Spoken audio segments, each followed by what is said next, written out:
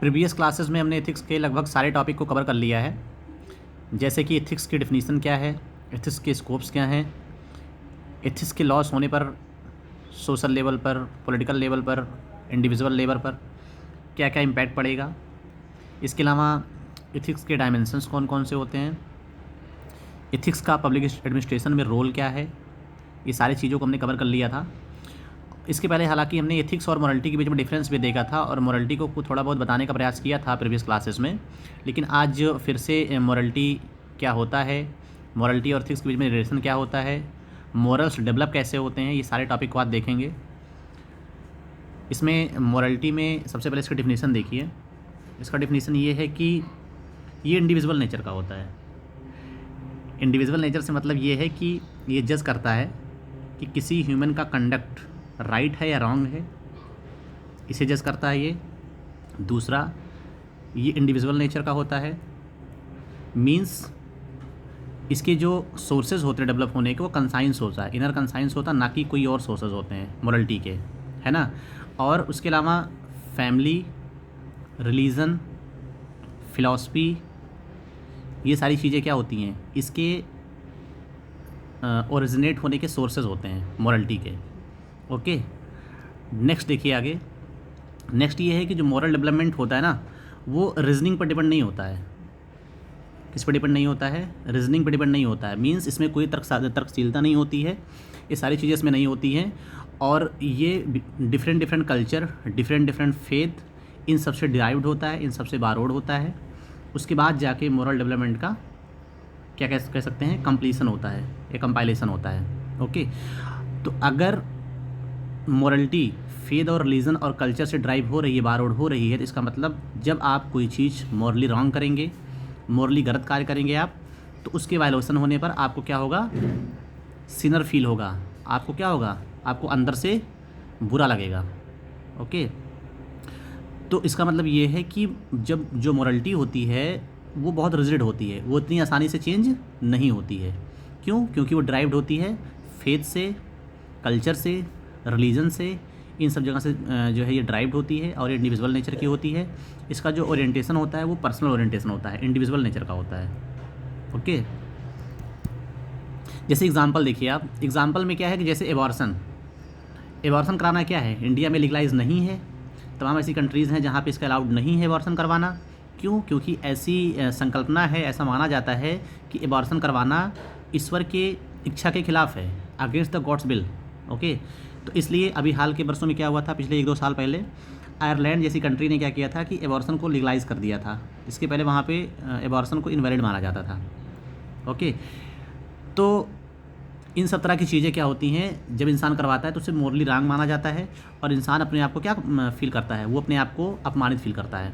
Okay, moral development जैसे जैसे होता जाता है वैसे ही इंसान के अंदर वैल्यू डेवलपमेंट होता है। Means moral development means value development जो होता है, वैल्यू का जो विकास होता है वो इंसान के अंदर मोरल डेवलपमेंट से ही कहीं ना कहीं क्या होता है, इंस्पायर्ड होता है। ओके, तो इसका मतलब ये है कि इंसान जिन चीज़ों को ज़्यादा इंपॉर्टेंस देगा, जिन चीज़ों को ज़्यादा वैल्यूड करेगा, इसका मतलब उसी तरह की मोरल्स उसके अंदर पाई जाती हैं। ओके, यहाँ लिखा हुआ है कि what you value depends on what kinds of morals you have. Okay, इधर लिखा है, ठीक है। तो इसका मतलब ये कह सकते हैं आप, दूसरे शब्दों में कह सकते हैं आप कि जो मोरलिटी होती है ना, जो मोरल्स होती हैं वो वैल्यूड से लोअर लेवल की होती हैं। मींस वैल्यू ज़्यादा अपर लेवल की होती है और जो मोरल्स होते हैं वो लोअर लेवल के होते हैं। ठीक है, मींस मोरल्स का ही लगातार समझिए विकास होते होते होते होते वैल्यू, या इसको हिंदी में बोलते हैं मूल्यों का विकास होता है इंसान के अंदर। ठीक है, एक और इसका एग्जांपल कह सकते हैं आप कि जो मोरलिटी होती है वो एक प्रकार से न्यूट्रिशन की तरह होती है, न्यूट्रिशंस। ठीक है, जैसे न्यूट्रिशंस इंसान क्या करता है, इंसान खाने में प्रोटीन लेता है, विटामिन लेता है, कार्बोहाइड्रेट लेता है, वसा लेता है। ठीक है, इन सब चीज़ों को लेता है, इसका मतलब क्या है, ये न्यूट्रिशंस है। तो न्यूट्रिशन से क्या होता है, इंसान का फिजिकल हेल्थ इंप्रूव होता है। क्या होता है, इंसान का फिजिकल हेल्थ इंप्रूव होता है। उसी तरह मोरलिटी से क्या होता है, इंसान का मोरल हेल्थ इंप्रूव होता है। कौन सा हेल्थ इंप्रूव होगा इससे, मोरल हेल्थ इंप्रूव होगा। ओके, अब आप देख लीजिए difference between morality and ethics. ये हमने प्रीवियस क्लासेस में पहले डिस्कस कर लिया है, तो इसमें आप केवल क्या करिए कि थोड़ा बहुत देख लीजिए। ये एक प्रकार से रिवाइज़ करने के पर्पज़ से है, ठीक है, इससे आपका रिवीजन हो जाएगा। तो सबसे पहले देखिए इथिक्स के बारे में। इथिक्स क्या होता है कि डोमेन ऑफ राइट और रॉन्ग, मीन्स जब किसी इंसान के कंडक्ट को, उसके व्यवहार को, उसके आचरण को जज करता है सोसाइटी या कह सकते कोई ऑर्गेनाइजेशंस, ठीक है, कि वो राइट है या रॉन्ग है, उसे इथिक्स कहते हैं, ठीक है। इथिक्स एक प्रकार से सेट ऑफ स्टैंडर्ड्स होता है जो कि ये जज करता है कि ह्यूमन का कंडक्ट राइट है या रॉन्ग है। ये एक्सटर्नल होता है, इंडिविजुअल के एक्सटर्नल होता है, ये इंडिविजुअल के इंटरनल नहीं होता ये, ठीक है। जबकि मॉरलिटी क्या होती है, ये भी एक प्रकार से डोमेन ऑफ राइट और रॉन्ग होती है, लेकिन ये इंटरनल नेचर की होती है, ओके। और इथिक्स जो होती है वो सोसाइटल नेचर की होती है। ये क्या होती है, ये सोसाइटल ओरिएंटेशन होती है, और जो मॉरलिटी होती है वो पर्सनल ओरिएंटेशन होती है, ओके। ये कहाँ से ड्राइव होती है, इसका सोर्सेस क्या होता है, इसका सोर्स होता है ऑर्गेनाइजेशंस होती हैं, सोसाइटी होता है, रिलीजन होता है, ये सब ड्राइव होती हैं ऑर्गेनाइजेशन से, सोसाइटी से, रिलीजन से, ठीक है। यहाँ से ड्राइव होती है कौन, इथिक्स। और मोरलिटी कहाँ से ड्राइव होती है, कंसाइंस से, या कह सकते हैं आप कल्चर से, फेथ से, ठीक है। तो जो मोरलिटी होती है वो ज़्यादा रिजिड होती है, उसको चेंज करना बहुत टफ होता है। लेकिन जो सोसाइटी होती है, जो कि इथिक्स होती है, वो इसकी कंपैरिजन में काफ़ी फ्लेक्सिबल होती है, इसको आप आसानी से ईजिली चेंज कर सकते हैं, ओके। एग्जांपल आप देख लीजिए, बहुत इंपॉर्टेंट एग्जांपल है ये, जैसे कि सती सिस्टम, सती प्रथा, ठीक है। सती प्रथा क्या होता था कि एंशिएंट टाइम में सोसाइटी में एक्सेप्टेड था कि सती सिस्टम एक सही चीज़ है, ओके। सती सिस्टम सोसाइटी में अलाउड थी, लोग इसको फॉलो करते थे, ठीक है। खासकर राजपूत जो फैमिली होती थी, राजपूत फैमिली जो होती थी, उसमें इसको प्रैक्टिस किया जाता था। लेकिन राजा राम मोहन राय जो कि एक सोशल रिफॉर्मर थे, इन्होंने क्या किया था, इन्होंने लगभग 1828 के आसपास, इनकी इंडिविजुअल मोरालिटी कहती है कि सती सिस्टम सही नहीं है, ठीक है। इनके अकॉर्डिंग कि भाई अगर हस्बैंड की डेथ हो जाती है, इसका मतलब थोड़ी ना है कि वाइफ को जो है अपनी लाइफ को सस्टेन करने का, अपनी लाइफ को जीने का राइट नहीं है, ओके। तो इन्होंने क्या किया, इन्होंने अपने पर्सनल एफर्ट से, इनको ऐसा लगा कि इनकी मोरालिटी कहती है कि सती सिस्टम गलत चीज़ है, ओके। और इनके प्रयास से ही सती सिस्टम को एबॉलिश किया गया, ओके। इसका मतलब ये जो इथिक्स थी, जो सोसाइटी में चला आ रहा था कि सती सिस्टम सही चीज़ है, ये क्या हुआ, पूरी तरीके से इसको ख़त्म किया गया, और यहाँ पर राजा राम मोहन राय की मोरालिटी प्रिवेल कर गई, ओके। नेक्स्ट आप देखिए, इसमें यह है कि Kohlberg's model of moral development, means इंसान के अंदर मोरल डेवलपमेंट का विकास कैसे होता है, ठीक है। मोरलिटी इंसान के अंदर डेवलप कैसे होती है, इसके लिए कोलबर्ग्स का एक मॉडल है, इसको आप देख लीजिए। इन्होंने बताया था कि जो मोरलिटी होती है वो 3 फेजेस में होती है, 3 लेवल पर होती है, ठीक है। और हर लेवल पर 2 स्टेजेस होते हैं, 3 लेवल होता है, और हर एक लेवल पर क्या होता है, 3 स्टेजेस होती हैं, हर एक लेवल पर 2-2 स्टेजेस होती हैं। इसमें पहला है प्री कन्वेंशनल लेवल, दूसरा है कन्वेंशनल लेवल, तीसरा है पोस्ट कन्वेंशनल लेवल। कौन कौन सा है, पहला है प्री कन्वेंशनल लेवल, दूसरा है कन्वेंशनल लेवल, तीसरा है पोस्ट कन्वेंशनल लेवल, ओके। तो हर एक लेवल पर 2 स्टेजेस होती हैं, जिसमें से सबसे पहले हम प्री कन्वेंशनल लेवल को डिस्कस करेंगे कि प्री कन्वेंशनल लेवल में मोरालिटी का डेवलपमेंट कैसे होता है, इसको सबसे पहले देखेंगे, ओके। देखिए, इसमें पहला जो स्टेज है वो ये है कि इसमें होता है ओबीडियंस एंड पनिशमेंट का स्टेज बोलते हैं इसको, ठीक है। इसमें प्रयास ये किया जाता है कि जो बच्चा होता है, जो इंसान होता है, उसका जो बिहेवियर हो ना, उसमें क्या किया जाए कि पनिशमेंट को ज़्यादा से ज़्यादा अवॉइड किया जाए। उसका जो बिहेवियर होता है वो पनिशमेंट को अवॉइड करने के पर्पज़ से होता है। जैसे मदर और चाइल्ड का रिलेशन होता है, माता क्या करती है, ज़्यादातर प्रयास करती है कि अपने बच्चे को कम से कम पनिशमेंट दे, ओके।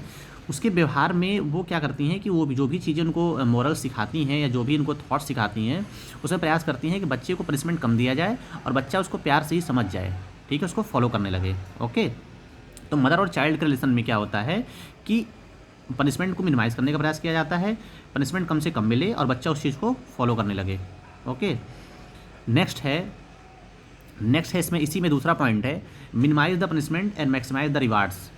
इसमें आप देखिए, इसमें चिल्ड्रन और एग्ज़ाम का रिलेशन है। जैसे कि सपोज़ करिए पेरेंट्स ने बच्चे को बोला हुआ है, पेरेंट्स ने बच्चे से बोला कि भाई अगर वो एग्ज़ाम में अच्छा परफॉर्मेंस करता है, अच्छा रिजल्ट देता है, तो उसको रिवार्ड दिया जाएगा, रिवार्ड में क्या चीज़ें दी जा सकती हैं, जैसे भाई इसको मोबाइल दिया जा सकता है, उसे लैपटॉप दिया जा सकता है, ठीक है, उसे बाइसिकल दिया जा सकता है।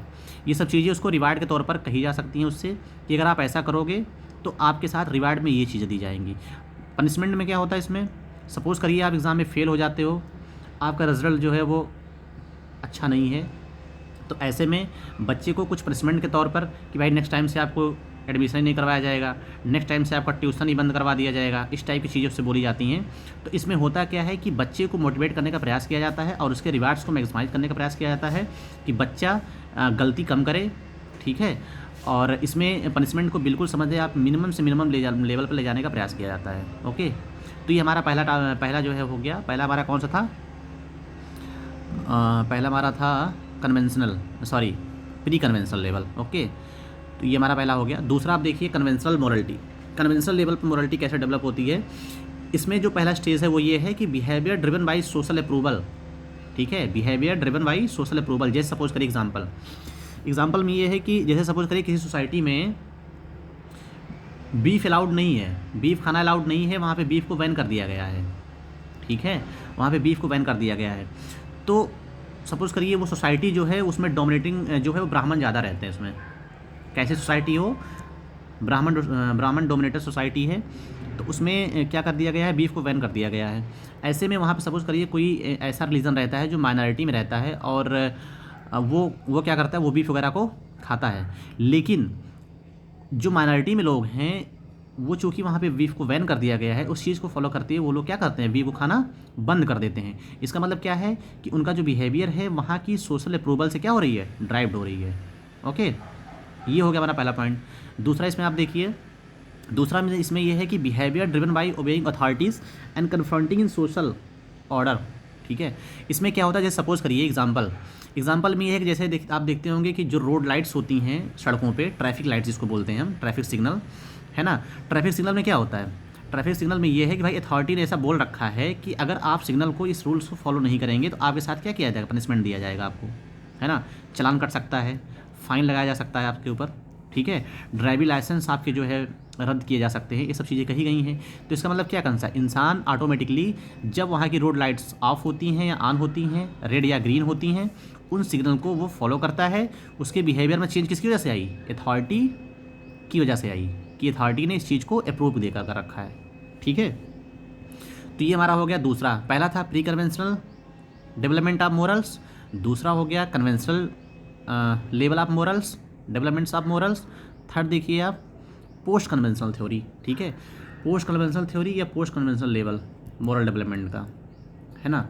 इसमें देखिए क्या होता है कि social contract behaviour driven by balance of social order, okay, and individual rights. इसमें क्या करता है कि इंसान अपने व्यवहार को क्या करता है कि वो सोशल ऑर्डर मेंटेन रखने के साथ साथ अपने राइट्स को यूटिलाइज करने का प्रयास करता है, ठीक है। जैसे इसका एग्जांपल में है इंटरफेथ मैरिजेस या लव मैरिजेस जिसको बोलते हैं, या फिर इंटरकास्ट मैरिजेस जिसको बोलते हैं, okay. Intercaste marriages, interfaith marriages या लव मैरिजेस।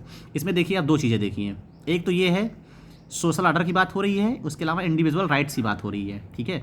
इंडिविजुअल राइट्स में जैसे ये है कि कॉन्स्टिट्यूशन में भाई लिखा गया है कि हर इंडिविजुअल जो कि 18 साल की इसकी उम्र हो चुकी है उसको ये राइट है कि वो अपने अकॉर्डिंग हस्बैंड या वाइफ चूज़ कर सकता है अपने अकॉर्डिंग, ठीक है।